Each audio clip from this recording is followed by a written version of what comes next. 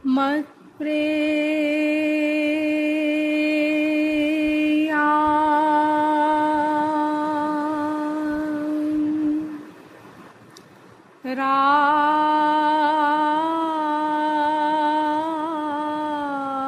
राधिका प्रेया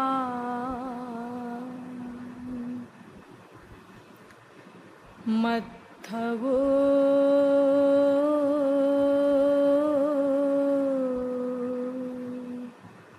राधिका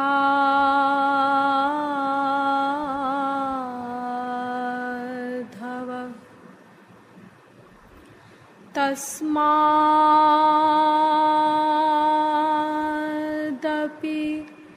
गरीयान्यो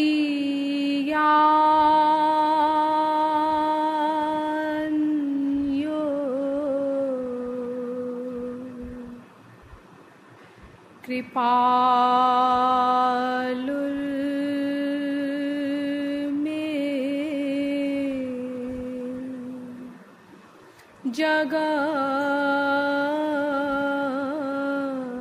जगद्गुरु।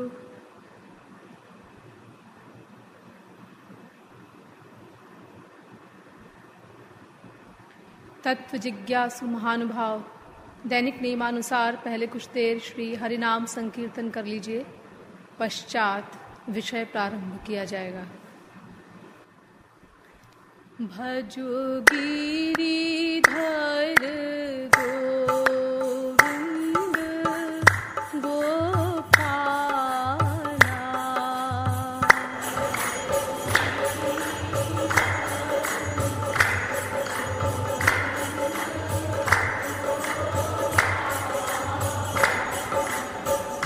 भजो गिरिधर गोविंद गोपाला।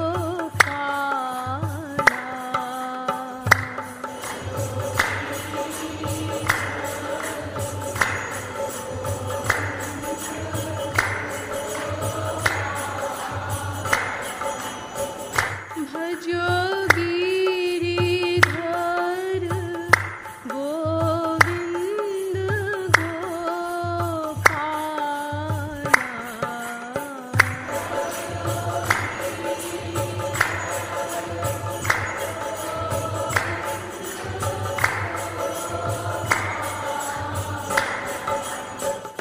भजो गिरिधर गोविंद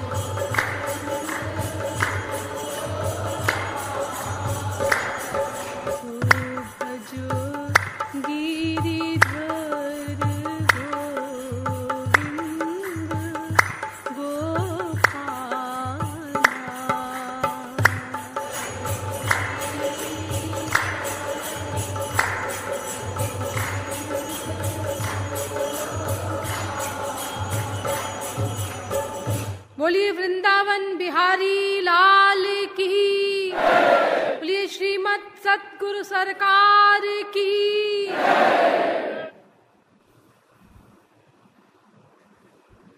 अब आप लोग कृपया सावधान होकर बैठ जाएं। अब तक आप लोगों को यह बताया गया कि ऐसा आनंद जो अनंत मात्रा का हो, अनंत काल के लिए हो और जो प्रतिक्षण बढ़ता जाए, वही हमारा लक्ष्य है, जिसके लिए हम अनादिकाल से सतत प्रयत्नशील हैं। ऐसे आनंद की प्राप्ति भगवान को प्राप्त करके ही होगी, क्योंकि भगवान का ही दूसरा नाम आनंद है, ऐसा शास्त्रों विदों ने बताया। भगवान की प्राप्ति के लिए भगवान को जानना होगा, लेकिन भगवान बुद्धि से परे है। भगवान को केवल भगवान की कृपा से ही जाना जा सकता है और भगवान की कृपा के लिए भगवान के शरणागत होना पड़ेगा। शरणागति के लिए संसार से विरक्ति आवश्यक है और विरक्ति के लिए संसार के स्वरूप का परिज्ञान आवश्यक है। अतएव इन सब बातों पर विस्तार पूर्वक विचार किया गया कि शरणागति का मतलब क्या है, शरणागति किसको करनी है और किस प्रकार मन संसार से विरक्त होगा, संसार का वास्तविक स्वरूप क्या है इत्यादि। पश्चात आपको ये बताया गया कि संसार के स्वरूप को जानकर संसार से विरक्त हो जाने के पश्चात भी बिना किसी वास्तविक महापुरुष की सहायता के कोई जीव एक कदम भी ईश्वर की ओर नहीं चल सकता। और आपको ये बताया गया कि महापुरुष के प्रत्येक कार्य का कर्ता ईश्वर स्वयं होता है, इसीलिए उसके सभी कार्य ईश्वरीय होते हैं, दिव्य होते हैं, लेकिन वो देखने में एक मायाबद्ध मनुष्य के कार्यों के समान प्रतीत होते हैं। हमें कभी भी किसी महापुरुष के बहिरंग आचरण पर ध्यान नहीं देना चाहिए। उसके भीतर जो महापुरुषत्व है उसको पकड़ने का प्रयत्न करना चाहिए और वो कैसे पकड़ा जाए इस विषय में भी कई परामर्श शास्त्रों वेदों के अनुसार एवं लॉजिक से भी आप लोगों को दिए गए। पश्चात आपको बताया गया कि ईश्वर प्राप्ति के 3 मार्ग हैं, कर्म, ज्ञान एवं भक्ति। कर्म के विषय में कर्म, विकर्म, अकर्म और कर्म संन्यास, इन 4 सिद्धांतों का निरूपण किया गया और ये बताया गया कंक्लूजन के रूप में कि ईश्वर भक्ति के बिना कर्म धर्म निंदनीय है, ईश्वर भक्ति कंपलसरी है। ईश्वर भक्ति मन से करते हुए चाहे हम शरीर से कर्म धर्म करके कर्म योगी बनकर ईश्वर प्राप्ति करें अथवा कर्म धर्म का स्वरूपतः परित्याग करके केवल कर्म सन्यासी बनकर केवल मन से निरंतर ईश्वर भक्ति करते हुए अपने लक्ष्य को प्राप्त करें, लेकिन ईश्वर भक्ति करनी ही पड़ेगी। उसके बिना कर्म धर्म स्वर्ग से अधिक और कुछ नहीं दे सकता, यदि 100% विधिवत भी हो जाए तो भी। पश्चात ज्ञान का विषय आया और उस संबंध में आपको बताया गया कि 3 प्रकार का ज्ञान होता है, शाब्दिक ज्ञान, आत्मज्ञान एवं परमात्मक ज्ञान। इनमें शाब्दिक ज्ञान तो सर्वथा निंदनीय है, क्योंकि ईश्वर भक्ति के अभाव में वो मिथ्याभिमान ही पैदा करता है। लेकिन जो ज्ञानी ईश्वर भक्ति करता है वो ज्ञान ईश्वर भक्ति से युक्त निंदनीय नहीं है, लेकिन उसमें भी कुछ बातें विचार करने की अवश्य हैं, जिनमें पहली बात आपको बताई गई कि ज्ञान मार्ग का अधिकारी बनना ही अत्यंत कठिन है, क्योंकि साधन चतुष्टय संपन्न व्यक्ति ही ज्ञान मार्ग का पहला अक्षर सुनने का अधिकारी होता है। दूसरी ओर भक्ति मार्ग के अधिकारी नातिसक्त नाति विरक्त सभी जीव हैं, अतएव अधिकारित्व भेद की दृष्टि से भी भक्ति योग ही हमारे लिए ग्राह्य है। पश्चात इन दोनों मार्गों को लेकर के इनके मध्य का अंतर भी बताया गया कि ज्ञान योगी का पग पग पर पतन होता है, क्योंकि भगवान उसका योगक्षेम वहन नहीं करते, लेकिन भक्ति योगी की रक्षा भगवान स्वयं करते हैं, अस्तु उसके पतन का प्रश्न ही पैदा नहीं होता। पश्चात अंतिम अंतर भी बताया गया कि निर्गुण निर्विशेष निराकार ब्रह्मानंद को प्राप्त कर लेने वाले पूर्ण काम परम निष्काम योगी इंद्र अमलात्मा परमहंस भी सगुण सविशेष भगवान के प्रेमानंद में बरबस विभोर हो जाते हैं, जिससे सिद्ध होता है कि सगुण सविशेष साकार भगवान का प्रेमानंद ब्रह्मानंद से कुछ विशेष वैलक्षण रखता है। अतएव भक्ति ही सर्वोपरि तत्व सिद्ध हुआ।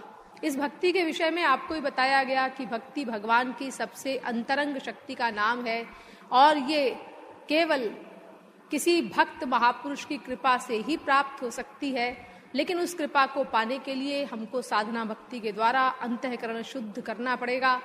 अतएव साधना भक्ति के लक्षणों का निरूपण करते हुए आपको 3 शर्तों से अवगत कराया गया। नंबर 1, मोक्ष पर्यंत की कामनाओं को अंतःकरण से निकालना होगा। नंबर 2, ज्ञान कर्म तपश्चर्यादि आवरणों से भक्ति को पृथक रखना होगा। और तीसरी शर्त बताई गई कि शांत दास्य सख्य वात्सल्य एवं माधुर्य, इन उत्तरोत्तर श्रेष्ठ 5 भावों से श्री कृष्ण का अनुशीलन करना होगा। इसके अलावा अनन्यता का सिद्धांत भी बताया गया कि बिना उसके ईश्वर प्राप्ति नहीं होगी, क्योंकि अनन्यता के बिना हमारा अंतःकरण शुद्ध ही नहीं होगा। थोड़ी देर हम भगवान से प्यार करेंगे तो हमारा मन शुद्ध होगा, लेकिन फिर अगर हम संसार के एरिया में आ गए तो मन अशुद्ध हो जाएगा। तो इस प्रकार मन की शुद्धि कभी पूर्ण रूप से हो ही नहीं पाएगी जब तक हम केवल शुद्ध एरिया अर्थात भगवान, उनका नाम, उनका रूप, उनका गुण, उनकी लीला और उनके धाम और उनके जन्म में ही अपने मन को अटैच्ड रख करके अनन्य नहीं बनेंगे। पश्चात आपको रूप ध्यान के विषय में बताया गया कि उपासना में सबसे अधिक आवश्यक बात है भगवान का रूप ध्यान करना, क्योंकि मन ही प्रत्येक कार्य का एकमात्र करता है और मन यद्यपि प्राकृत है, इसका बनाया हुआ रूप प्राकृत ही होगा, लेकिन भगवान अकारण करुणावश उस प्राकृत रूप ध्यान का भी यदि हम उसमें दिव्य भावना रखते हैं तो दिव्य फल ही प्रदान करते हैं। पश्चात प्रश्न पैदा हुआ कि भगवान के किस अवतार का रूप ध्यान किया जाए, लेकिन फिर बीच में एक ये शंका आ गई कि भाई बहुत से लोग कहते हैं कि अवतार होता है, हम तो इस बात पर विश्वास ही नहीं करते, और इससे आगे बढ़कर कुछ लोग ऐसे भी कहते हैं कि भगवान साकार ही नहीं हो सकता। इस बात का समाधान किया गया और वेदों के द्वारा और उन लोगों के मतों के द्वारा जिनके बारे में डाउट है कि वो ब्रह्म को सगुण साकार नहीं मानते, आपके समक्ष ये भली प्रकार सिद्ध किया गया कि भगवान के अवतार का सिद्धांत, भगवान का सगुण साकार होना, ये एक सर्वमान्य सिद्धांत है। लेकिन फिर प्रश्न पैदा हुआ कि भाई भगवान के बारे में जो ये कहा जाता है कि भगवान अवतार लेते हैं और उसके लिए हमारे यहाँ शास्त्रों वेदों में जन्म शब्द का प्रयोग किया गया है, तो भगवान का भी जन्म क्या हमारी तरह ही होता है? तो आपको बताया गया कि नहीं, हमारा जन्म प्राकृत जन्म है और भगवान का जन्म दिव्य जन्म है, अर्थात भगवान माँ के पेट में नहीं जाते, क्योंकि माँ के पेट में जाने का तो मतलब है कि रजवीर से शरीर बने, जबकि भगवान का शरीर दिव्य होता है। और इसी प्रकरण में आपको बताया गया था कि 9 प्रकार के शरीर होते हैं और वैशेषिक दर्शन में उसको इस प्रकार से कहा गया है कि शरीरम द्विविधम योनिज मयोनिजंच, अर्थात 2 प्रकार के शरीर होते हैं, एक योनिज और एक अयोनिज। तो योनिज शरीर भी 2 प्रकार के होते हैं, उत्तम और अधम। फिर अयोनिज में भी कई प्रकार आपको बताए गए और फिर एक से एक ऊंचे प्रकार बताते हुए अंत में आपको ये बताया गया कि महापुरुष और भगवान का शरीर अलौकिक होता है, उनमें और कोई अंतर तो नहीं होता, लेकिन ये अंतर होता है कि महापुरुष का शरीर और शरीरी ये दोनों एक होते हैं, दोनों अलग अलग होते हैं, और भगवान का शरीर और शरीरी ये दोनों एक होते हैं, अर्थात जो शरीर है वही आत्मा है, जो आत्मा है वही शरीर है, देह देही का भेद भगवान में नहीं होता। लेकिन अब ये प्रश्न आता है कि भगवान आखिर अवतार लेकर के आते क्यों हैं, अवतार का कारण क्या है? तो देखिए ऐसा है कि हरि अवतार हेतु जे ही होई, इद मिथम कही जात न सोई, अर्थात भगवान इसी कारण से आते हैं, ये वाक्य गलत है। भगवान इस कारण से आते हैं, ये वाक्य ठीक है। नहीं समझे आप लोग? मतलब भगवान के अवतार का यही कारण है, एक कारण या 2 कारण, ये कहना गलत। भगवान के अवतार का यह कारण है, यानी यह भी कारण है और भी बहुत से कारण हैं, ये कहना ठीक। यानी ही मत लगाओ कि यह ही कारण है, यही कारण है, यानी अनंत कारण हो सकते हैं भगवान के अवतार के। राम जन्म के हेतु अनेका, परम विचित्र एक ते एका, अनंत कारण होते हैं भगवान के अवतार के, जिनको स्वयं भगवान भी नहीं लिख सकते, इतने सारे कारण होते हैं। अरे जब आप लोगों में से ही कोई समझदार व्यक्ति कहीं जाता है तो तमाम काम निपटा करके आता है, तो फिर वो सर्वज्ञ नित्य ज्ञानमय भगवान वो अवतार लेकर के आएगा, तो फिर एक कार्य के लिए थोड़ी ना आएगा। तो भगवान के अवतार के अनंत कारण होते हैं, लेकिन उनमें से जो प्रमुख प्रमुख कारण है वो हम आपको बताने जा रहे हैं। पहला कारण सुनिए भगवान के अवतार का। वेदव्यास ने बताया, न ते भवस्येष भवस्य कारणं बिना विनोदं वत तर्कयामहे। भागवत 10वें स्कंद के 2 अध्याय का 39वां श्लोक। अर्थात भगवान का कारण, अवतार का कारण है विनोद। विनोद विनोद क्या मतलब? मतलब एंजॉयमेंट। एंजॉयमेंट, हाँ, यानी मौज आ गई भगवान को, इसीलिए अवतार ले लिया। मौज आ गई। अजी मौज तो खपती लोगों को आया करती है।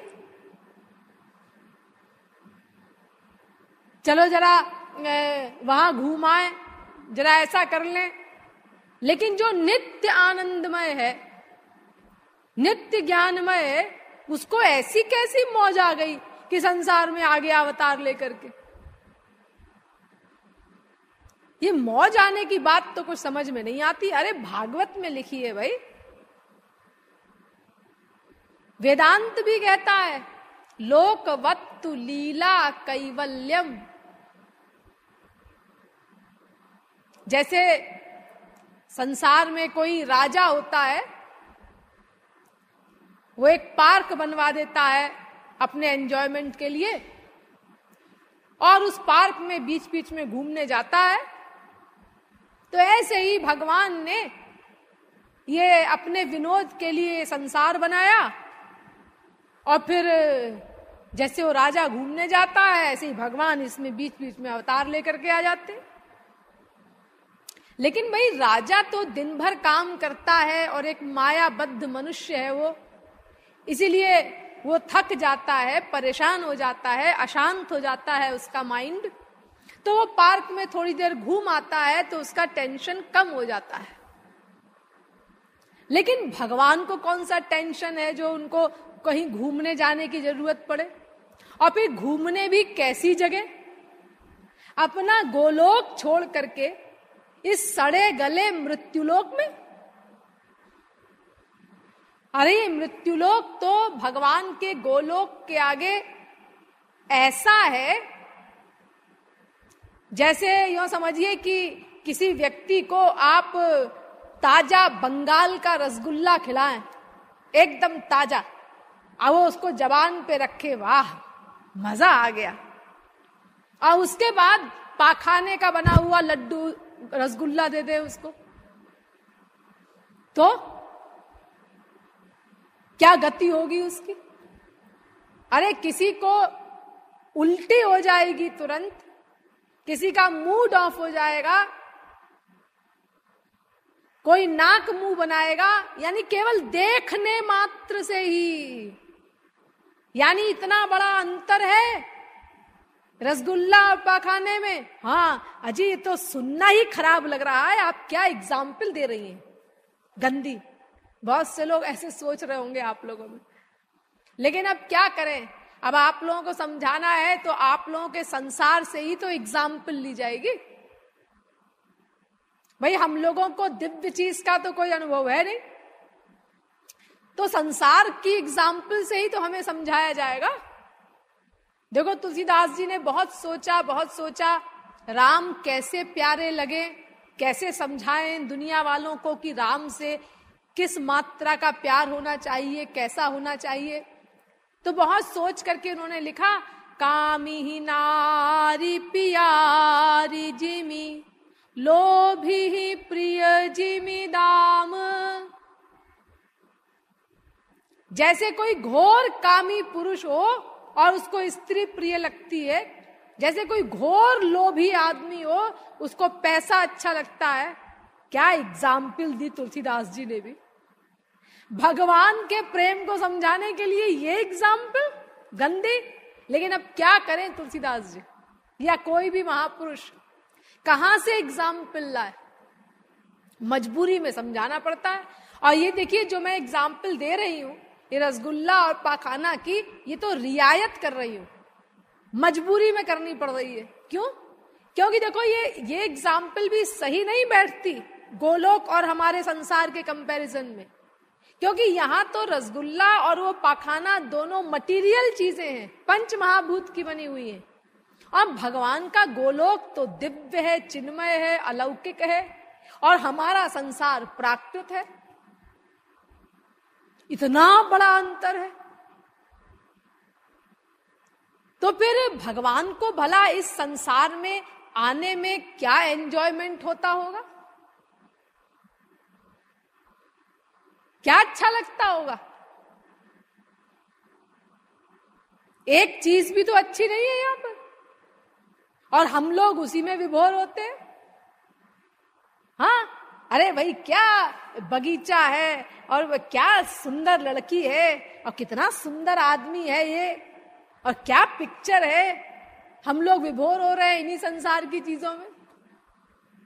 तो भाई क्या करें, अब हमको यही मिला है, तो जो हमको मिला हुआ है हमें तो उसी में कोई विशेष होता है तो हमें बहुत अच्छा लगता है।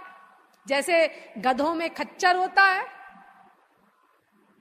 ऐसे ही भाई हमारे संसार में कोई किसी में विशेष चीज हुई तो हम लोग अपना वैसे बोलते हैं, देखो देखो ये मृग नैनी है, हिरण के समान नेत्र हैं इसके, कोकिल बैनी है, कबूतर के समान गर्दन है। यानी वो हमारे लिए विशेष हो गया, क्योंकि अब उससे सुंदर चीज हमने कभी कोई देखी ही नहीं संसार में, मजबूरी है। तो कहां भगवान का गोलोक और कहां हमारा संसार? हम संसार वालों का भी एंजॉयमेंट किसी स्पेशल चीज में ही होता है। चलो भाई जरा घूमने के लिए चलते हैं, कहां? वो सामने बगीचा है, वहां चलते हैं, देखा नहीं कभी, जरा देखते हैं कैसा है। कोई खास तो नहीं है, थोड़े से गुलाब गुलाब लगे हैं अपना यहाँ वहां, ये तो कोई बगीचा खास नहीं है। हमने तो मुगल गार्डन देखा है, वो है भाई गार्डन। देखो किसी स्पेशल चीज में ही मनुष्य का भी अटैचमेंट होता है, एंजॉयमेंट होता है। और फिर भगवान का एंजॉयमेंट इस मृत्युलोक में होगा, गोलोक को छोड़ करके, यानी जहां एक भी फूल ना हो और बाग का कोई स्वरूप ही ना हो, जहां तमाम मधुमक्खियां, बर्र ये सब काटने को दौड़ रही हो, ऐसे संसार में भगवान आएंगे विनोद के लिए, एंजॉयमेंट के लिए? ये बात कुछ खोपड़ी में नहीं जमती। अब ये बात भले ही हो सकती है कि भाई देखो जैसे ऐसा होता है कि संसार में कई जगह होली के दिन लोग मूर्ख सम्मेलन रखते हैं, तो वहां पर जो सबसे अधिक मूर्खता की बात करता है उसको इनाम दिया जाता है। अब देखो मूर्खता की बात में तो किसी का एंजॉयमेंट नहीं होना चाहिए ना, हाँ, लेकिन हो रहा है लोगों का। लोग हंस रहे हैं, वाह वाह क्या मूर्खता की इसने बात कही, देखो इनाम ले गया, उसमें एंजॉयमेंट हो रहा है लोगों का। अथवा देखो जैसे प्राचीन काल में राजाओं के यहाँ विदूषक लोग हुआ करते थे, अनेक प्रकार की अपना मूर्खता की बातें करके, अंडबंड आचरण करके राजा को हंसाया करते थे। अथवा जैसे देखो संसार में माँ बाप होते हैं, उनका बच्चा मूर्खता की बातें करता है, जब तोतली भाषा में अंडबंड बोलता है, कहीं आकाश को कुछ कहता है, तारों को कुछ कहता है, तो वो जो उसकी बेवकूफी की बातें होती हैं वो बड़ा अच्छा लगता है माँ बाप को, उनमें बड़े विभोर होते हैं। वो बताती है अपने पति को, देखो आज ना पप्पू ऐसा बोल रहा था, बड़े विभोर हो रहे हैं उसकी मूर्खता की बातों में। तो हो सकता है ऐसे ही भगवान को भी कुछ अच्छा लगता हो हमारे संसार में, ये तो अपना वो जाने। हम लोग इस झगड़े में क्यों पड़े। अब सुनिए दूसरा कारण अवतार का। गीता में भगवान के अवतार के लिए 3 श्लोक हैं प्रमुख। अजोपि सन्नव्ययात्मा भूतानामीश्वरोऽपि सन् प्रकृतिं स्वामधिष्ठाय संभवाम्यात्ममायया यदा यदा हि धर्मस्य ग्लानिर्भवति भारत अभ्युत्थानमधर्मस्य तदात्मानं सृजाम्यहम् परित्राणाय साधूनां विनाशाय च दुष्कृतां धर्म संस्थापनार्थाय संभवामि युगे युगे। चौथे अध्याय का 6वां, 7वां एवं 8वां श्लोक। क्या मतलब है इन श्लोकों का? मैं पहले साधारण अर्थ बताने जा रही हूं आपको। पहला श्लोक है अजोपि सन्नव्ययात्मा, यानी भगवान कहते हैं कि यद्यपि मैं अज हूं, यद्यपि भी लगाए भी, अजोपि, ऐसा नहीं कि अज ही हूं, अजन्मा ही हूं, ऐसा नहीं। यद्यपि मैं अज हूं यानी अजन्मा भी हूं और अव्ययात्मा हूं और सब प्राणियों का ईश्वर हूं, लेकिन फिर भी मैं ऐसा जो मैं हूं, मैं अपनी प्रकृति से संसार में आता हूं। ठीक है, पहले श्लोक का यह अर्थ है। दूसरा श्लोक है कि जब जब धर्म की हानि होती है और अधर्म की बढ़ोतरी होती है, उत्थान होता है, तब तब मैं अपने आप को बनाता हूं, आता हूं, अवतार लेता हूं। तीसरे श्लोक का मतलब है कि साधुओं की रक्षा के लिए और दुष्टों के नाश के लिए और धर्म की स्थापना के लिए मैं अवतार लेता हूं। तो पहला वाला जो श्लोक है उसमें तो खैर कोई खास बात नहीं है, इंपॉर्टेंट। मैं आज होते हुए भी आता हूं, ठीक है भाई, आते हो, कोई खास बात नहीं है। दूसरा जो श्लोक है कि जब जब धर्म की हानि होती है, अधर्म का उत्थान होता है, यदा यदा ही धर्मस्य ग्लानिर्भवति भारत अभ्युत्थानम धर्मस्य, तब तब मैं आता हूं। लेकिन ये जो भगवान ने कहा है इस दूसरे श्लोक पे, ये तीसरे श्लोक की चौथाई पंक्ति में आ जाती है बात। यानी ये 3 श्लोक जो बोले हैं भगवान ने, इन तीनों श्लोकों का तात्पर्य केवल एक श्लोक में आ जाता है। परित्राणाय साधूनाम विनाशाय च दुष्कृताम धर्म संस्थापनार्थाय संभवामि युगे युगे। यानी धर्म संस्थापनार्थाय, ये जो पंक्ति है इसमें आ गया तीसरे श्लोक, इसके पहले वाले पूरे श्लोक का तात्पर्य। और 2 बातें और आ गई इसमें, साधुओं की रक्षा के लिए और राक्षसों के नाश के लिए, दुष्टों के नाश के लिए मैं अवतार लेता हूं। तो इसीलिए 3 श्लोक कहने की आवश्यकता ही नहीं थी भगवान को, केवल एक श्लोक बोल देते बस। और देखो, इस एक श्लोक की भी आवश्यकता नहीं थी, एक लाइन से काम चल जाता बस। परित्राणाय साधूनाम विनाशाय च दुष्कृताम। बस इतना बोल देते बहुत था। आप लोग कहेंगे क्यों दूसरी पंक्ति में आया है धर्म संस्थापनार्थाय संभवामि युगे युगे, कि धर्म की स्थापना के लिए मैं अवतार लेता हूं। तो अगर वो पहले वाली पंक्ति ही बहुत है कि साधुओं की रक्षा के लिए और दुष्टों के नाश के लिए, तो फिर धर्म की स्थापना कैसे होगी? अरे तो धर्म की स्थापना तो हुआ ही है, वो कोई भगवान करते थोड़ी ना है। धर्म तो सनातन है। कोई नया धर्म बनाया था क्या राम ने? अरे अनादिकाल से धर्म चल रहा है, वही तो धर्म है। और उस धर्म के प्रचारक भी सब मौजूद थे, विश्वामित्र वशिष्ठ वगैरह सब। नया धर्म कौन सा बनाया राम ने? अरे वो तो ये लोग जो यज्ञ वगैरह कर रहे थे, विश्वामित्र वशिष्ठ वगैरह, तो राक्षस लोग उसमें गड़बड़ कर रहे थे।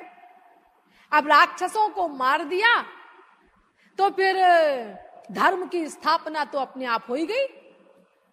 उससे भगवान का क्या मतलब है? अरे वो तो है सब विश्वामित्र वशिष्ठ वगैरह धर्म की स्थापना के लिए, धर्म को बनाए रखने के लिए। देखिए जो मैं आपको बता रही हूं ना, ये मैं इस समय शास्त्र नहीं बोल रही हूं, ये हम लोगों की जो पर्सनल राय है वो बता रहे हैं आपको। महाराज जी ने जो बताया है गूढ़ मर्म, यानी सब आवश्यकता नहीं थी इतने विस्तार की, एक लाइन से काम चल जाता बस। परित्राणाय साधूनाम विनाशाय च दुष्कृताम। साधुओं की रक्षा के लिए और दुष्टों के नाश के लिए मैं अवतार लेता हूं। और सच पूछा जाए तो इस एक लाइन की भी जरूरत नहीं थी, आधी लाइन से काम चल जाता। क्या? विनाशाय च दुष्कृताम, बस इतना बहुत था। आप कहेंगे और साधुओं की रक्षा? अरे साधुओं की रक्षा तो ऑटोमेटिकली हो ही गई। जब राक्षसों को मार दिया भगवान ने तो साधुओं की तो रक्षा हो ही गई है। साधु कौन है? महापुरुष लोग हैं ना। वशिष्ठ जी महापुरुष हैं, विश्वामित्र जी महापुरुष हैं। उनकी क्या रक्षा करनी थी भगवान को? दैत्यों से रक्षा करनी थी। तो जब दैत्यों को मार दिया तो रक्षा अपने आप हो गई कि नहीं हो गई? और जहां तक योगक्षेम का सवाल है, योगक्षेम वहन करने का, तो भगवान भीतर बैठ के करते हैं। अनन्याश्चिन्तयन्तो माम ये जनाः पर्युपासते तेषां नित्याभियुक्तानां योगक्षेमं वहाम्यहम्। गीता 9वें अध्याय का 22वां श्लोक। वो तो भगवान वैसे ही वहन करते ही हैं अपने भक्तों का, निरंतर अंतःकरण में बैठे हुए। तो इसीलिए ये राक्षसों को अगर मार दिया भगवान ने तो साधुओं की रक्षा तो अपने आप हो गई।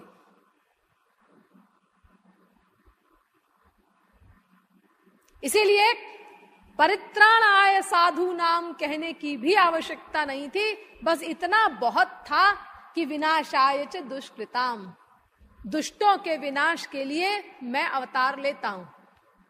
और ध्यान दीजिए, बहुत सावधान होकर सुनिए जो बता रही हूं मैं। आप लोग तो ऐसे सुन रहे हैं जैसे कोई साधारण बात है। ये जो मैंने कहा कि ये विनाशाय च दुष्कृताम इतना बहुत था, बस वास्तव में तो इसकी भी जरूरत नहीं है। ये लाइन भी ठीक नहीं।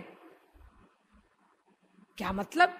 मतलब ये कि मैं दुष्टों के विनाश के लिए अवतार लेता हूं, ये बात भी भगवान की जचती नहीं। आप कहेंगे क्यों? इसीलिए कि देखो ये भगवान, इन्होंने स्वयं अपने श्रीमुख से अपने छोटे भाई के लिए क्या कहा था?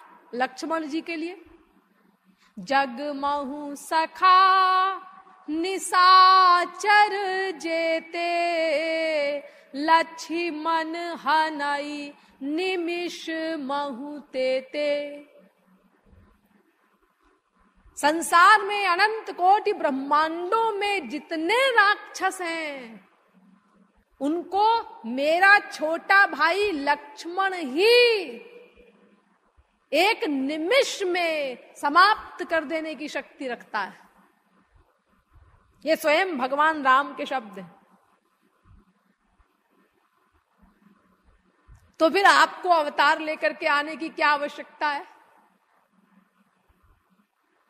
क्या भाई मैं दुष्टों के विनाश के लिए मुझे अवतार लेकर के आना पड़ता है? और फिर अगर आपको ही करना है विनाश, तो उसके लिए अवतार लेकर आने की क्या जरूरत है? अरे देखो, इन्हीं राम ने सुग्रीव से कहा था, पिशाचान दानवान यक्षान पृथिव्याम चैव राक्षसान अंगुल्यग्रेण तान हन्या मिच्छन हरिगणेश्वर। वाल्मीकि रामायण। सुग्रीव, तू डरता है? हाँ, मेरे जैसा दोस्त पा करके? अरे जानता है मैं कौन हूं? अगर मैं अपनी उंगली के नाखून के आगे के भाग को बस जरा सा यूं कर दूं, तो अनंत कोटि ब्रह्मांडों के समस्त राक्षस तत्काल समाप्त हो जाएं। मैं वो राम हूं, और तू डरता है? तो जब आपके यूं करने से अनंत कोटि ब्रह्मांडों के अनंत राक्षस समाप्त हो सकते हैं, तो आपको अवतार लेने की क्या आवश्यकता है? और फिर यूं करने की भी जरूरत कहां है? संकल्पा देवास्य पितरः समुत्तिष्ठन्ति। केवल सोच लो तो बस सब राक्षस समाप्त हो जाए। सोच ले केवल भगवान। अरे देखो, ये अनंत कोटि ब्रह्मांडों का प्रलय कैसे होता है? बस सोचा, प्रलय हो जाए, हो गया। कुछ हाथ वाथ नहीं उठाना, कोई इशारा विशारा भी नहीं करना है, केवल सोचने मात्र से। सोचा, संसार बन गया। सोचा, प्रलय हो गया। तो ऐसे जो भगवान हैं, वो आए इस संसार में ये 2-4 राक्षसों को मारने के लिए, और फिर इतनी तिकड़म करें उसके लिए, फौज इकट्ठी करें और इतना घोर युद्ध हो। ये लंका का युद्ध हो रहा है, ये महाभारत का युद्ध हो रहा है, ये सब क्या है? ये जोकरी है ना। क्योंकि देखो, उसी गीता में महाभारत के युद्ध में भगवान ने अर्जुन से क्या कहा था? अर्जुन, निमित्त मात्रम भव सव्यसाचिन। अर्जुन देख, ये तो सब मेरे द्वारा मारे जा चुके हैं पहले ही, तू तो खाली निमित्त बन जा बस। मारे जा चुके हैं?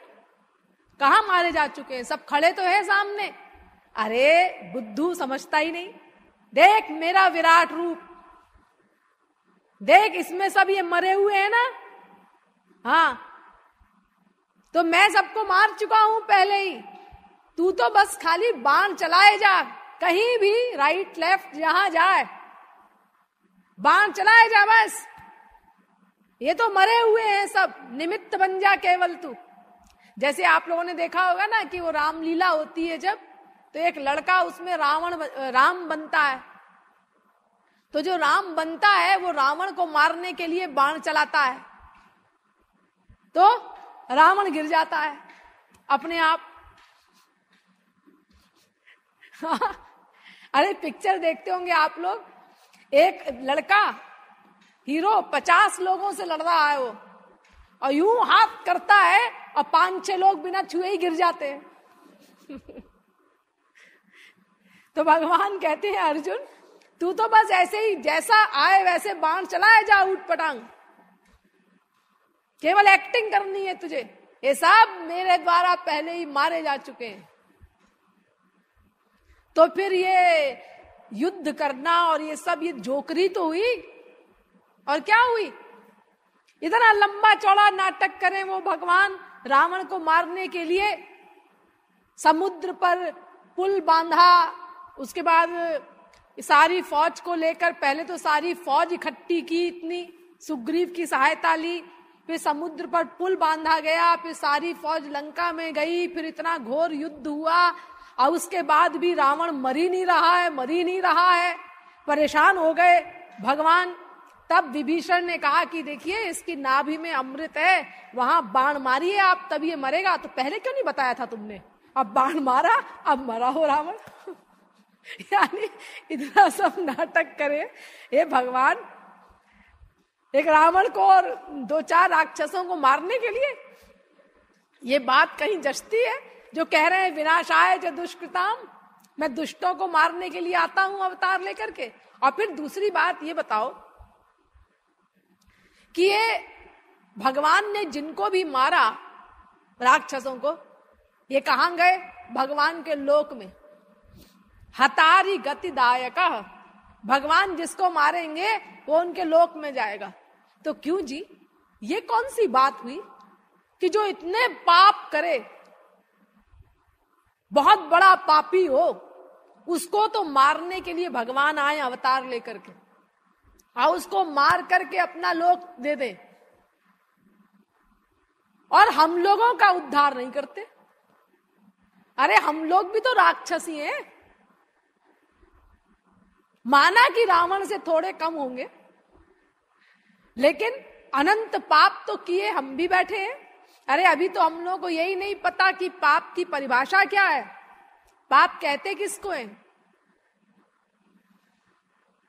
अनंत पाप किए हैं हमने, अगर एक जन्म में एक पाप भी किया हो तो भी अनंत पाप हम कर चुके हैं। तो माना कि हम कमजोर रावण होंगे, लेकिन है तो रावण, तो उस बड़े रावण को मारने के लिए तो अवतार लें और मार करके उसको अपने लोक में भेज दें। और जो हम हैं करोड़ों और अरबों और खरबों रावण हैं गड्ढे में, अनंत जीव हैं, और उनके लिए उनकी कोई चिंता नहीं। उनके लिए क्या कानून है? पुनरपि जननम पुनरपि मरणम पुनरपि जननी जठरे शयनम। घूमते रहो चक्कर में। क्या चक्कर? पैदा हो फिर मरो, फिर मां के पेट में उल्टे टंगो, फिर पैदा हो फिर मरो। हमारे लिए ये कानून है भगवान का? तो ये अन्याय नहीं तो क्या है? जो बड़े पापी हो, इतने बड़े पापी, उनके लिए तो अवतार लेके आए और मार करके अपने लोक में भेज दें उनको। और जो कम पापी हैं रावण से, वो बेचारे 84 लाख में भटकते रहे, इस चक्की में पिसते रहे। ये कौन सा न्याय है भगवान का? तो ये विनाशाय च दुष्कृताम, मैं दुष्टों को मारने के लिए अवतार लेता हूं, ये बात कुछ जमती नहीं अगर कोई तर्क से विचार करे तो। और फिर उनको दंड देने के लिए आपको अवतार लेने की क्या आवश्यकता थी? अरे उन्हें तो उनका पाप ही दंड दे देता।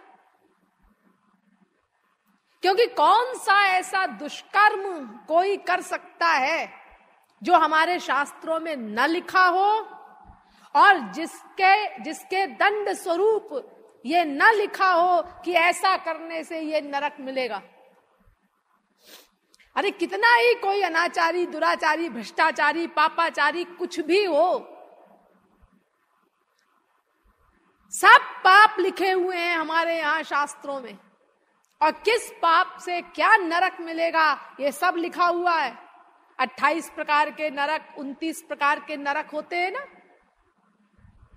तो हर पाप के लिए नरक है कि अगर तुमने ये पाप किया तो ये नरक मिलेगा, ये पाप किया तो ये नरक मिलेगा। अब उसकी लिमिट में अंतर है। तुमने झूठ बोला, हाँ अविची नाम का नरक मिलेगा। अब एक झूठ बोला तो थोड़े समय के लिए जाओगे, कुछ देर के लिए नरक में जाओगे, एक दिन के लिए। तुमने 1000 झूठ बोले, 1000 दिन रहोगे नरक में। लाख झूठ बोले, उस हिसाब से रहोगे। तो हर पाप के लिए तो हमारे यहाँ लिखा है, पुराणों में वर्णन है नरकों का कि इस पाप के लिए ये है, इस पाप के लिए ये है। तो क्या रावण ने कोई एक्स्ट्रा पाप किया था जिसके लिए भगवान को आना पड़ा?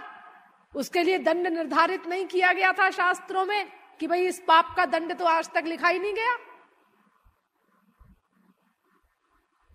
तो इसीलिए ये बात कि दुष्ट को मारने के लिए, राक्षसों के वध के लिए भगवान अवतार लेते हैं, ये कुछ कारण जमता नहीं है।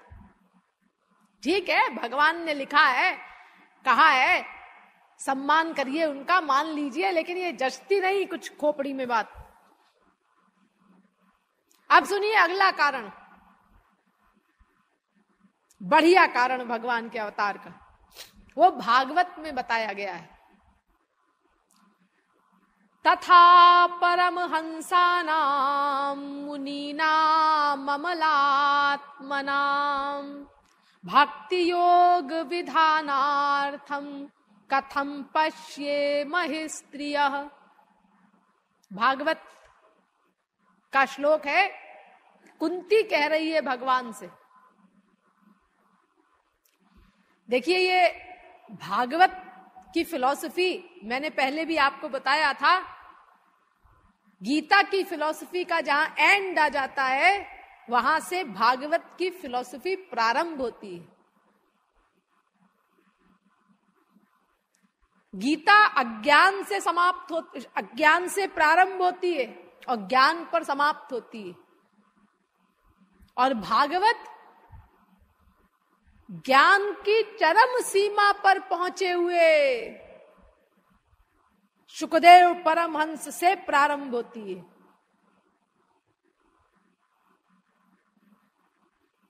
ये भागवत है। इसीलिए भागवत के आगे गीता का मूल्य नहीं है।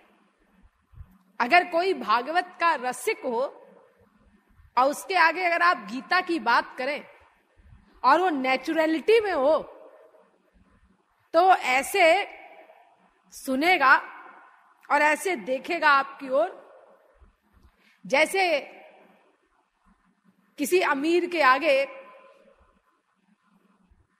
रसगुल्ले के सामने गुड़ रख दिया जाए। रसगुल्ले की भी दुकान है और गुड़ की भी दुकान है, और वो कहता है भाई मिठाई खाने की इच्छा हो रही है, चलिए गुड़ खरीद लेते हैं। अरे क्या बकबक करते हो, गुड़ खरीद लेते हैं। बगल में ये रसगुल्ले की दुकान है, तुम कहते हो गुड़ खरीद लेते हैं। मैं ऐसा गरीब नहीं हूं कि गुड़ खाऊं, दिमाग खराब है क्या? मैं रसगुल्ले खाता हूं। हाँ, हम गए अमुक व्यक्ति के यहाँ और उठा करके आधा किलो गुड़ रख दिया हमारे सामने, लो इसको खाओ। कितनी इंसल्ट की हमारी सरासर। ऐसा आप लोग भी समझते हैं।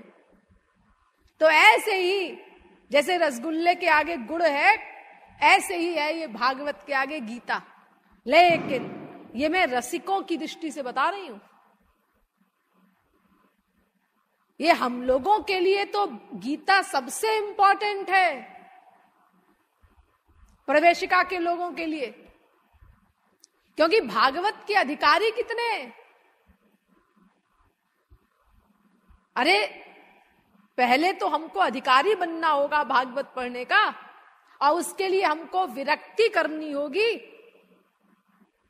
और विरक्ति के लिए हमको ये सब समझना होगा कि शरीर क्या है, मन क्या है, बुद्धि क्या है, आत्मा क्या है। ये सब चीजें समझनी होंगी हमको। तो हमारे लिए तो गीता की फिलॉसफी अत्यंत अनिवार्य है।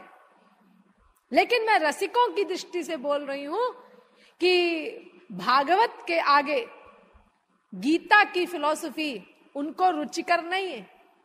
वो ऐसी ही प्रतीत होती है उनको जैसे रसगुल्ले के आगे गुड़ हो बासी। तो इसीलिए गीता में जो कारण बताया गया वो कुछ जचा नहीं। अब जो बढ़िया कारण है भगवान के अवतार का, ये भागवत में बताया गया।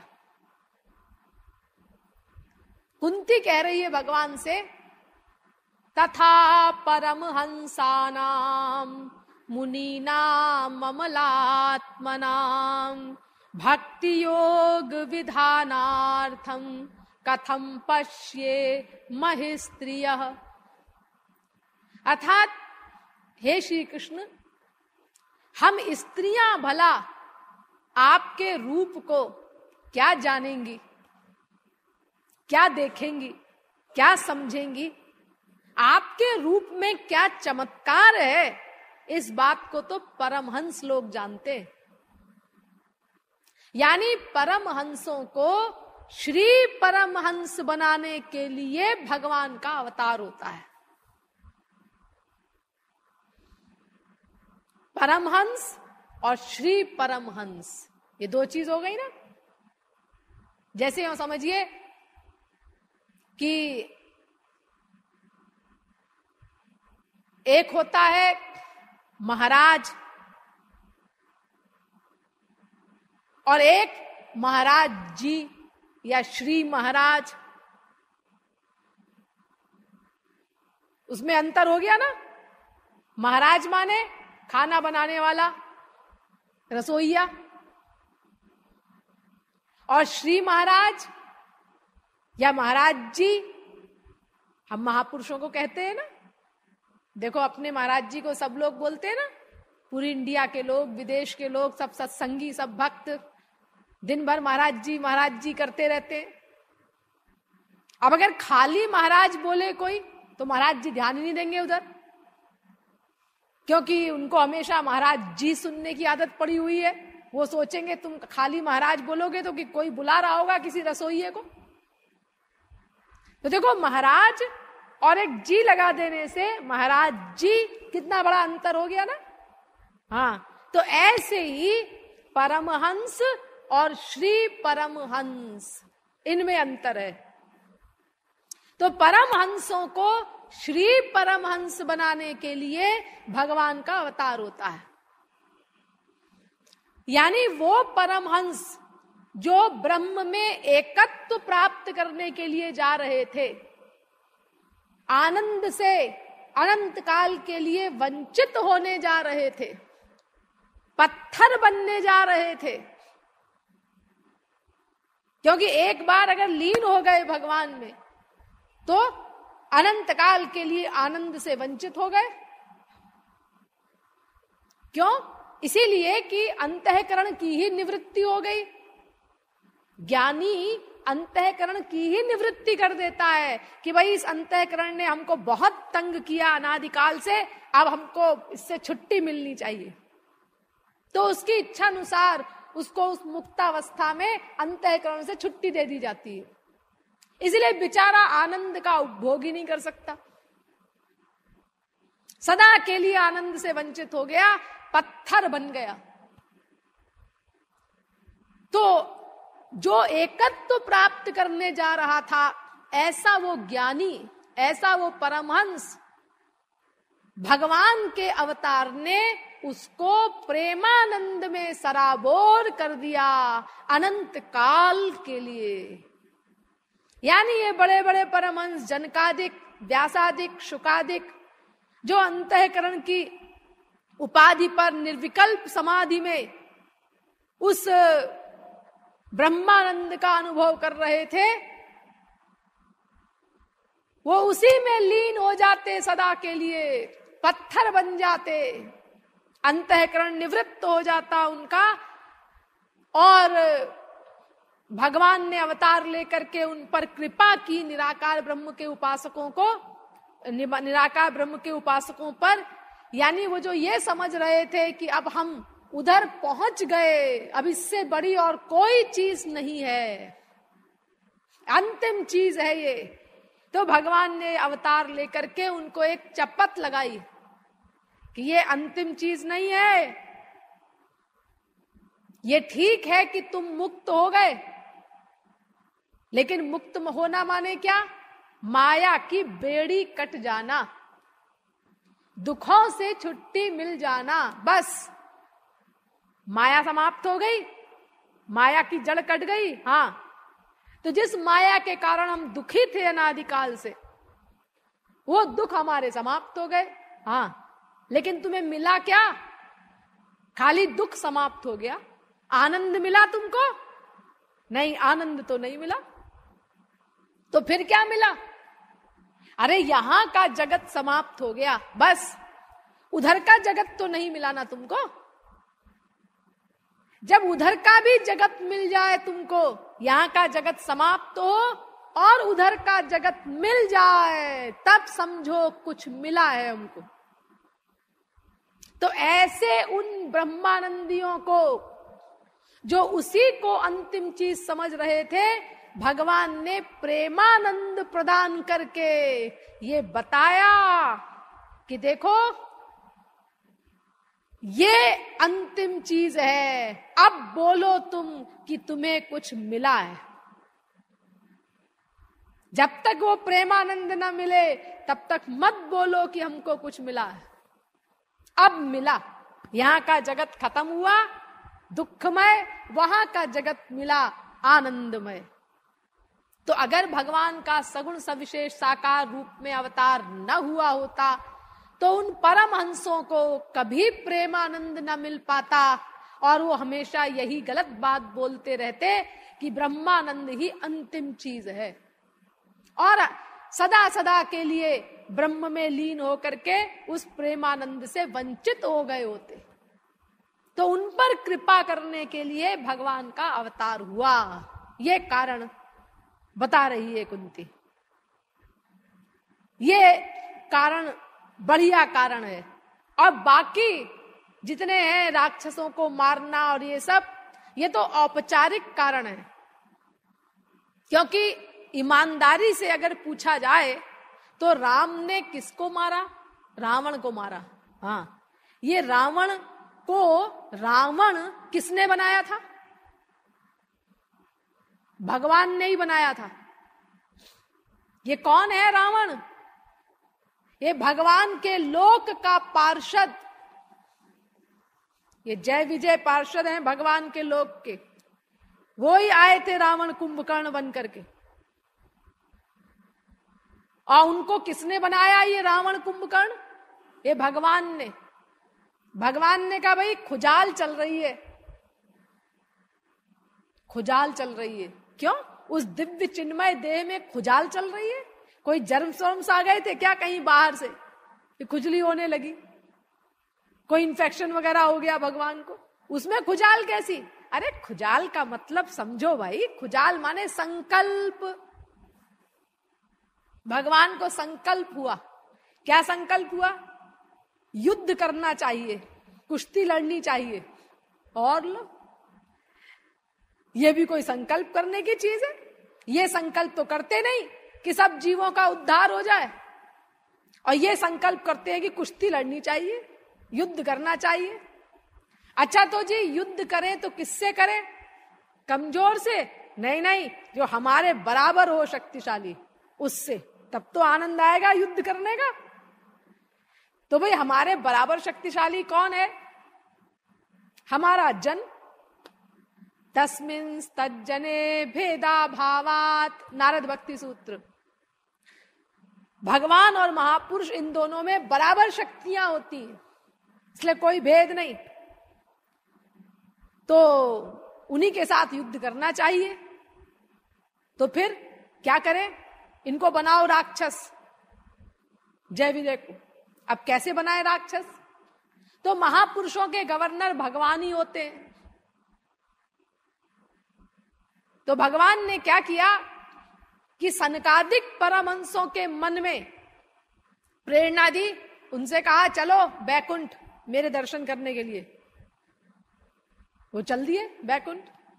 और इधर जय विजय जो उनके गेटकीपर्स थे, देखिए, जय विजय महापुरुषों के दादा हैं, कोई साधारण महापुरुष नहीं है। आप लोग अगर भगवत प्राप्ति कर ले और भगवान के पार्षद बने तो जय विजय की सीट नहीं प्राप्त कर सकते, क्योंकि आप एक दिन उसके पहले मायाबद्ध थे। लेकिन ये जय विजय ऐसे नहीं है पार्षद, ये जब से भगवान तब से उनका लोक और तब से उनके लोक के प्रमुख पार्षद, मेन गेट के जो पर्सनल भगवान का है महल, उसके पार्षद, गेट कीपर्स, तो उनको भी गवर्न करते हैं भगवान। तो उनको गवर्न किया जब सनकादिक परमहंस आए, डंडा लगा दो, इनको मत आने दो अंदर, और उन्होंने डंडा लगा दिया, तुम नहीं जा सकते अंदर। सनकादिक परमहंसों ने कहा, अच्छा हमको रोकते हो, तुम्हारी ये हिम्मत, जाओ राक्षस बन जाओ। अब देखो ये सनकादिकों को गवर्न कर रहे हैं राम, शाप दे दो इनको, रोकते हैं तुमको। क्यों दे दो? अरे हमको कुश्ती लड़नी है, युद्ध करना है, इसीलिए दे दो, वरना सनकादिक परमहंस भला शाप देंगे किसी को? ये उच्च कोटि के महापुरुष ये शाप वाप नहीं देते किसी को। शाप देना तो सबसे गंदा काम है, ये वास्तविक संत नहीं किया करते। वो छिछली नदी थोड़ी ना होते हैं, वो तो समुद्र के समान होते हैं। अरे महापुरुष तो काट काट के टुकड़े टुकड़े कर दो तो भी शाप नहीं दे सकता किसी को, अरे गाली तक नहीं दे सकता वो किसी को, वो महापुरुष होता है। हरिदास को इतना मारा गुंडों ने कि लहू लुहान हो गए, लेकिन तब भी उन्होंने शाप देना तो दूर, कोई गाली भी देना दूर, ये भी नहीं कहा कि मैंने क्या गुनाह किया है जो तुम लोग मुझे मार रहे हो, इतना भी नहीं कहा उन्होंने। तो भला ये सनकादिक परमहंस ये शाप देंगे? लेकिन ये सब भगवान गवर्न कर रहे हैं ना महापुरुषों को, इसलिए शाप दे दिया उन्होंने, जाओ हमेशा के लिए राक्षस बन जाओ। लेकिन फिर भगवान ने कहा, भाई हमेशा के लिए राक्षस बन जाना ठीक नहीं है हमारे जन का, आखिर हमारे जन है। तो फिर जय विजय को कहा और उन्होंने कहा, भाई महाराज आपने तो ये शाप दे दिया, हमेशा के लिए राक्षस बना दिया हमको। तो सनकादिकों ने कहा, ठीक है, हमेशा के लिए नहीं, 3 जन्म के लिए राक्षस बन जाओ, उसके बाद फिर आ जाना यहीं पर। यानी उसके पहले भी राक्षस नहीं थे और उसके बाद भी राक्षस नहीं, ये 3 जन्म की एक्टिंग कराई भगवान ने जबरदस्ती उनसे। एक जन्म में हिरण्यकशिपु हिरण्याक्ष बने, दूसरे जन्म में रावण कुंभकर्ण बने और तीसरे जन्म में शिशुपाल दंतवक्र बने। यानी ये रावण और कुंभकर्ण किसने बनाए थे? ये स्वयं भगवान ने ही तो बनाए थे। हाँ, तुम लोग जाओ राक्षस बन करके और देखो वहां पर हुड़दंगबाजी करो संसार में जाकर, उसके बाद फिर मैं आऊंगा। तो फिर लोग हमसे पूछेंगे कि तुम क्यों आए जी, तो फिर मैं कह दूंगा, परित्राणाय साधूनाम विनाशाय च दुष्कृताम। देखो ये रावण वगैरह बहुत तंग कर रहे थे तुम लोगों को, और ये विश्वामित्र वगैरह सब फेल हो गए थे, किसी की दाल नहीं गल रही थी। तो इनके अत्याचार से तुम लोगों को बचाने के लिए, पृथ्वी पर शांति की स्थापना के लिए मैं आया हूं। अच्छा, बहुत अच्छा किया आपने, वेलकम। क्योंकि अगर मैं ऐसे ही चला जाऊं तो लोग कहेंगे, भाई क्यों आए तुम हमारे मृत्युलोक में। भाई जैसे इंग्लैंड का कोई व्यक्ति, अमेरिका का कोई व्यक्ति आता है जब हमारे भारत में, तो उससे जवाब तलब होता है ना, पासपोर्ट दिखाइए, वीसा दिखाइए, कितने दिन की परमिशन लेके आए हैं आप, क्यों आए हैं आप। अरे भाई हम आपके देश में आए हैं और आप इस तरह से जवाब तलब कर रहे हैं। अरे आए हो तो ठीक है, लेकिन क्यों आए, कितने दिन को आए। तो ऐसे ही अगर भगवान आ जाएंगे हमारे लोक में, तो वो तो असली फॉरेनर है। यहां तो फिर भी हमारी पृथ्वी का मामला है, लेकिन वो तो बिल्कुल विदेशी है।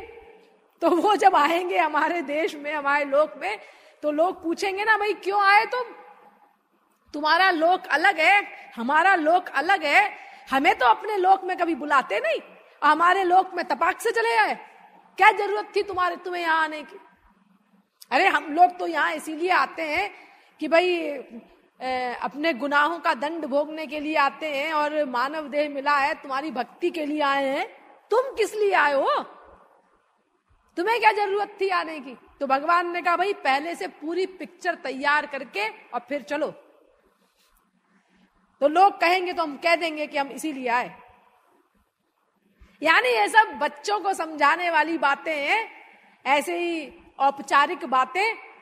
ये प्रमुख कारण नहीं है कोई भगवान के अवतार का। प्रमुख कारण वो है कि हाँ, परमहंसों को श्री परमहंस बनाने के लिए भगवान का अवतार होता है। लेकिन ये कारण भी जचता नहीं, इसके लिए भगवान को अवतार लेके आना पड़े। आप कहेंगे क्यों, इसमें क्या कमी आ गई? अब देखो, ऐसा है कि परमहंसों को प्रेम दान भगवान नहीं कर सकते, ये भक्त महापुरुष ही करते हैं। कानून है वो। अरे देखो, आपने प्रत्यक्ष प्रमाण सुना ही है। उद्धव परमहंस थे, द्वापर युग के परमहंसों के नेता। उनको प्रेम देना चाहते थे भगवान, ताकि वो भगवान के सौरस्य का अनुभव कर सके, लेकिन खुद नहीं दे सके। गोपियों के पास भेजना पड़ा ना उनको। तो सो बिनु संत न काहू ही पाई। कोई हो वो, परमहंसों के लिए भी वही कानून है। रूप गोस्वामी जी ने लिखा है, तत्र गीतादि सूक्तानां चतुर्णाम अधिकारिणाम मध्ये यस्मिन् भगवतः कृपा स्यात् तत्प्रियस्य वा सक्षीण तत्तद्भावः स्यात् शुद्ध भक्त्यधिकारिवान् यथेभः शौनकादिश्च ध्रुवः सचचतुः सनः। भक्ति रसामृत सिंधु। अर्थात उन परमहंसों को ही प्रेमानंद मिल पाता है। करोड़ों में किसी एक को, मुक्तानाम अपि सिद्धानाम नारायण परायणः सुदुर्लभः प्रशांतात्मा कोटिष्वपि महामुने। भागवत 6वें स्कंद के 14वें अध्याय का 5वां श्लोक। करोड़ों परमहंसों में से किसी एक बड़भागी को ये प्रेम मिलता है भगवान का। वो भी कब और किससे? शरीर छोड़ने के पहले अगर उसे कोई द्वैत भक्ति वाला महापुरुष मिल जाए और उसकी कृपा प्राप्त कर ले वो, तो मिलेगा ये परमहंस को प्रेम। यानी भक्त महापुरुष की कृपा से मिलता है। ये भगवान नहीं देते प्रेम किसी को, तो इसके लिए अवतार लेके आने की क्या जरूरत थी? ये तो वैसे ही नहीं देते भगवान।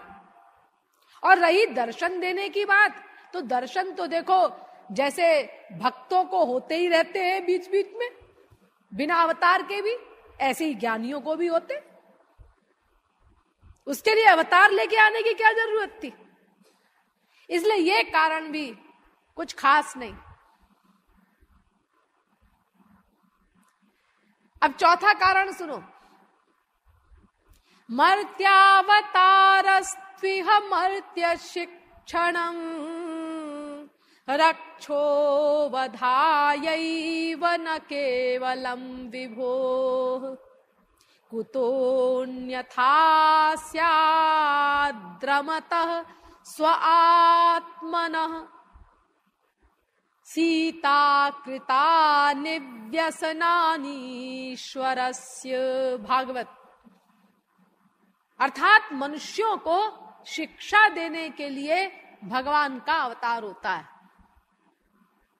स्वयं करके बताते हैं कि ऐसा ऐसा तुम लोग करो, लेकिन ये कारण भी ठीक नहीं, क्योंकि शिक्षा तो महापुरुष लोग देते ही हैं।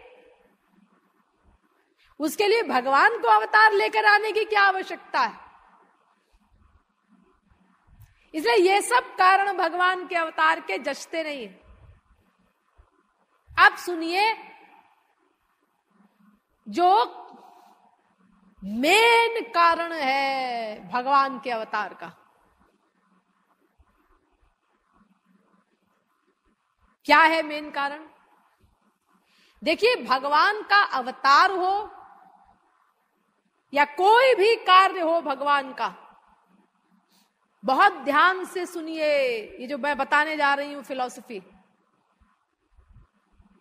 ये इतनी इंपॉर्टेंट बात है कि इसको अगर आप लोग समझ लें तो सारे शास्त्रों वेदों के ज्ञान नीचे हो जाएंगे। छोटी सी बात है लेकिन बहुत मार्मिक बात है।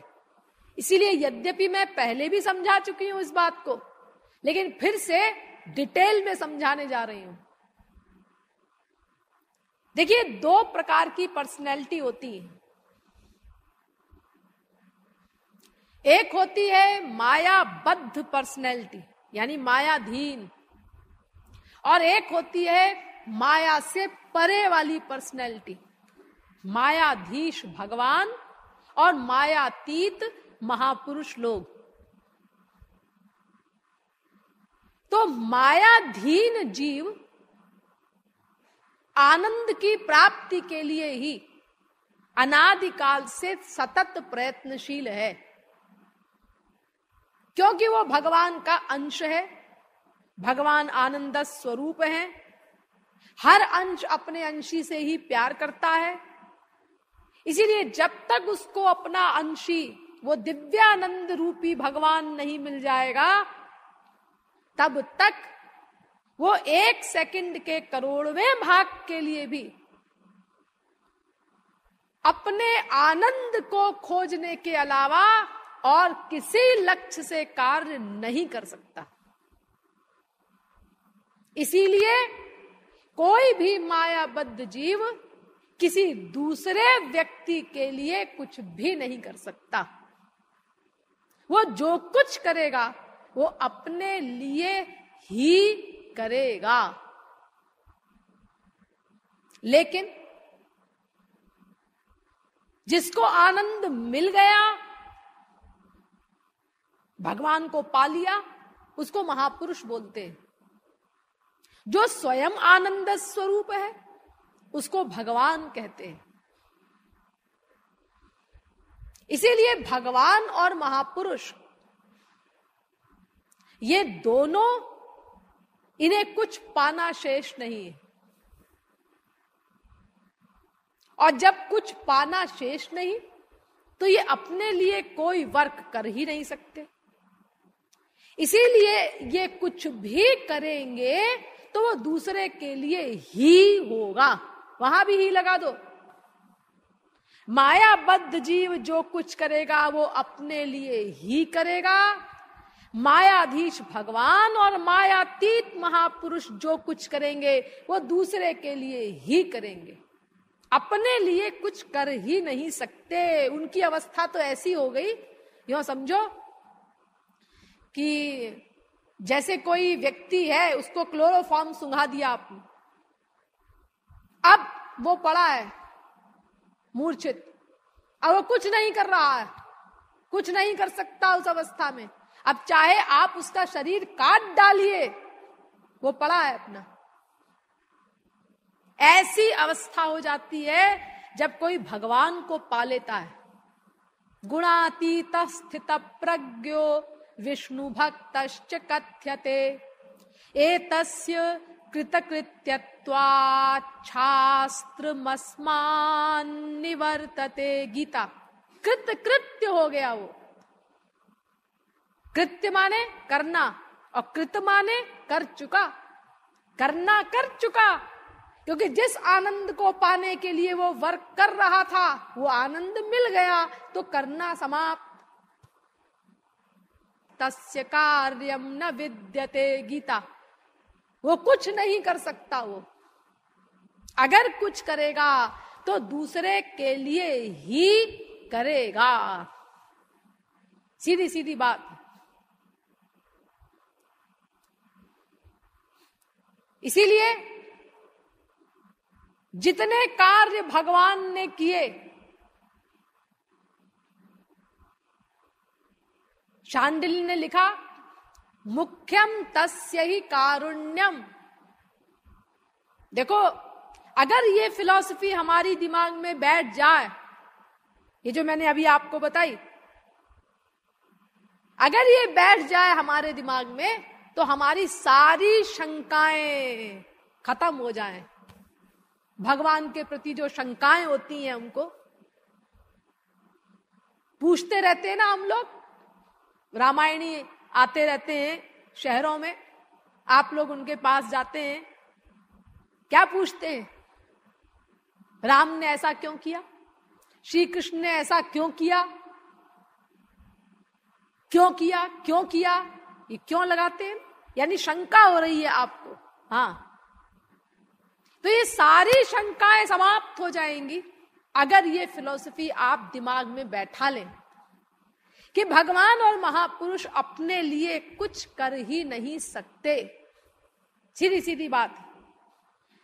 अगर आप ये फिलॉसफी नहीं बैठाते तो आपकी शंकाएं कभी समाप्त नहीं होंगी, आप अनंत काल तक पूछते ही रह जाएंगे और समझ में कुछ आएगा नहीं, क्योंकि उनके कार्य अलौकिक, आपकी समझ लौकिक। लेकिन जब ये समझ ली फिलॉसफी हमने, अब आप कभी कुछ नहीं पूछेंगे, क्योंकि अब आपको कोई शंका होगी नहीं। यहां तक कि अगर आपसे कोई ऐसी बात भी बोले जो कहीं शास्त्र में नहीं लिखी है, तो भी आपको कोई आश्चर्य नहीं होगा। अभी तो होगा। अगर आपसे कोई कहे, मान लो देखो एक बार वो राम बैठे हुए थे सीता जी के साथ, हाँ, और उधर से लक्ष्मण आए और लक्ष्मण ने राम को एक झापड़ लगाया तो राम गिर पड़े सीता जी के ऊपर और सीता जी गिर के बेहोश हो गई। अब देखो, आपने ये सुना तो आप कहेंगे क्या बकबक करते हो, ये कहां लिखा हुआ है, किस रामायण में लिखा है? अरे रामायण कितनी लीला लिखेगी भाई, 4 पन्ने की पुस्तक, रामायण में कितना लिखा है? अरे रामायण ही अनंत है। ये देखो, आपको आश्चर्य हुआ ना, ये बकवास करता है, इंसल्ट करता है राम की, ऐसा क्या करके? अरे इंसल्ट नहीं है भैया, लीला जगत में कुछ भी हो सकता है, आश्चर्य मत करो। क्योंकि लीला माने एक्टिंग, लीला माने 420 ही।